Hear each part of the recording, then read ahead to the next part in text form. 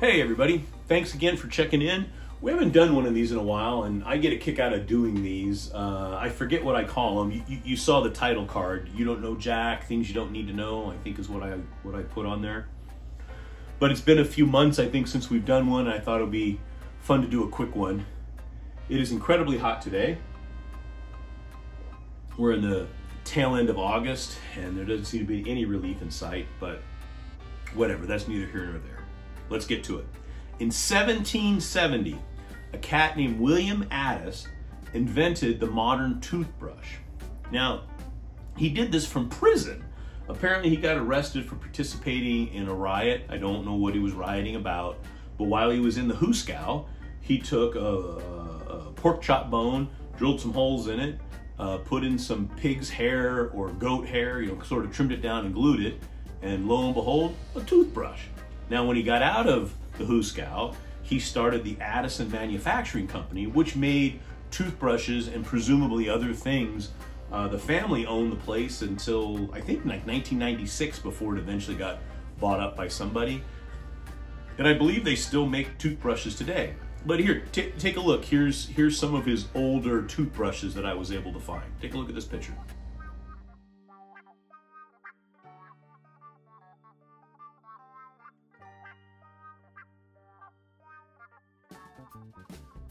Kind of cool, right? And you know what's interesting is that was actually the toothbrush was invented in Arkansas, because any place else it would have been called a teeth brush. That's a solid burn right there. Feel free to use that. Did you know that baby elephants, they actually will suck on their trunks for comfort or when they're nervous, much like a baby sucks on their thumb? I thought that's kind of interesting. If you think about it, we're a lot like the stars, or we're almost really stars. Our atoms are, material. We're 97%. Our atoms makeup is 97% similar to the stars in the universe. So just think about that. In a weird sort of way, we're just like all the stars out in space. I think that's kind of cool. Did you know that a bottle of wine contains 2.6 pounds of grapes? So I'm sorry to say, I'm sad to report that I have eaten a pant load of grapes in my 52 years, and many of my friends have too. That just blew me away. 2.6 pounds of grapes in every bottle of wine. This one's kind of a sad one. Now, Jack Johnson was a boxer at the turn of the last century, the early 1900s, a black boxer. A lot of people weren't happy because when he was champion, of course, he beat a white guy. He went to prison, or the hoosegow, as I like to say, for spending some time with a white woman who eventually became his wife, but they got him on the Mann Act, which I think is taking a woman across state lines. This is all during the Jim Crow era crap. But while he was in prison, he actually invented a type of crescent wrench that is still used today. Now, at that time, they wouldn't call it a crescent wrench. It was given a racial slur that, if you think about it, you will be familiar with. Unfortunately, I didn't realize until I looked this up. I called it that. I'm going to gather that most of you have called it that. I will no longer call it that. But in the early 1900s, they called it this blank wrench because Mr. Johnson was black. But I thought it was pretty cool that he invented and patented a wrench that we still use today. Just thought I'd share that. Oh, here. Take a look. Here's Mr. Johnson, his lovely wife, and the wrench that he invented. Take a look.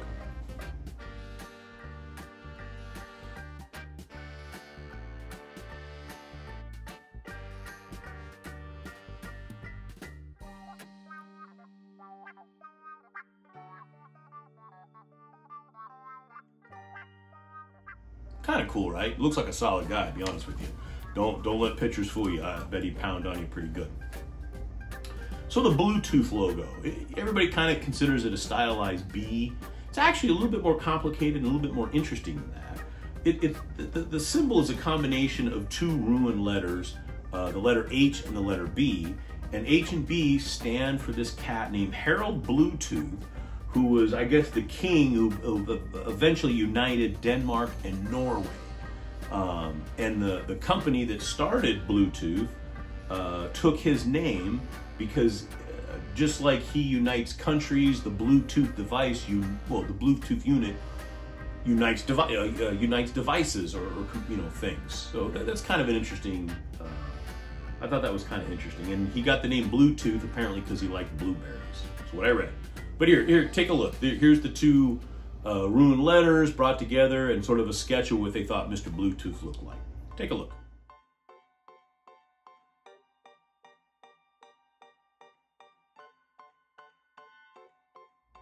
Cool, right? Well, since we're on the same vein, as I call it, the number symbol, and the kids would call it the hashtag, its technical term is actually Octothrope. I don't know, I just think that's interesting. But here, take a look at this Octothrope.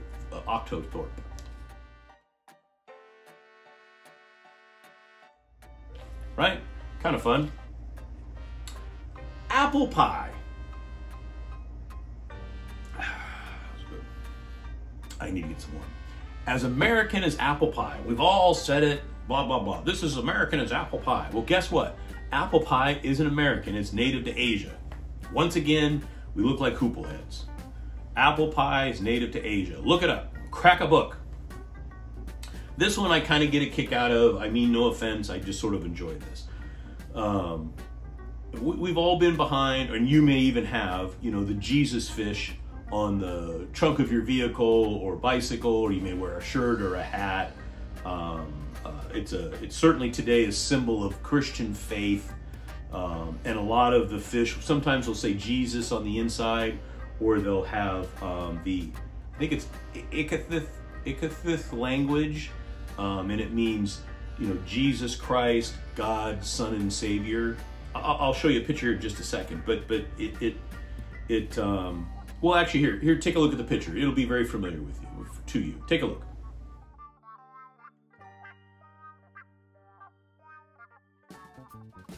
Right? Well, that wasn't originally what the symbol meant. It was actually taken from an older symbol, an older pagan symbol called the Vesicapus. I think I'm saying that right, the Vesicapus. Now take a look at this. This is the Vesicapus.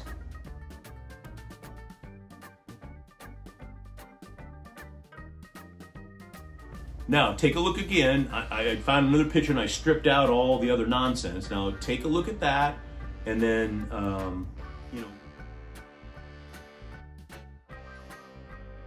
you'll turn it, you'll see the Jesus fish. Now, what this pagan symbol represents is the Vesicapus is fertility, motherhood. Really, that's the symbol.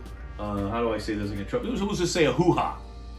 So, I'll show you again. Here's the Jesus fish, the full Vesicapus, and then we sort of strip that stuff out, and I think you'll get the picture. And I find that hilarious that a lot of people have the symbol for the hoo-ha on the trunk of their car. Or your cooter, or whatever you want to call it. So, anyway.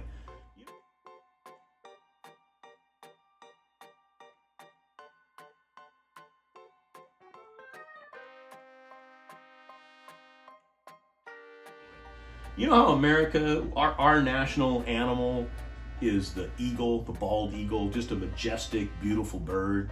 You know what the national animal for Scotland is? No. Oh, wrong again. The unicorn. What is that? It's crazy to me. Did you know technically if you drive south from Detroit, you'll end up in Canada? Get a map, look at it, you'll see. Just a couple more and then I'll let you go. Four times more people speak English as their second language than they do their native language. Isn't that crazy? 4 times more people speak English as their second language than their native language. I think Mandarin is actually the most spoken native language in the world by a lot. So all you young folks out there, you should be learning Mandarin. I'm telling you. One last one. Frank Lloyd Wright, famous architect, Falling Water, I forget some of his other houses, but you all know who Frank Lloyd Wright is. Unbelievable architect. Well, his son, invented Lincoln logs. Isn't that interesting? I thought it was interesting. Anyway, that's all I got for today. I'm glad you stopped by. I hope you get a kick out of these. I kind of get a kick out of doing them. I sure love learning new things. looking stuff up. Some stuff I know, or I think I know. But anyway, in this world, because I got to get some more bourbon, in this world, when you can be anything you want, you be kind, you be humble, and you be forgiving. And remember, it's later than you think, so try to have a little fun. Thanks again for watching. Take care. Bye.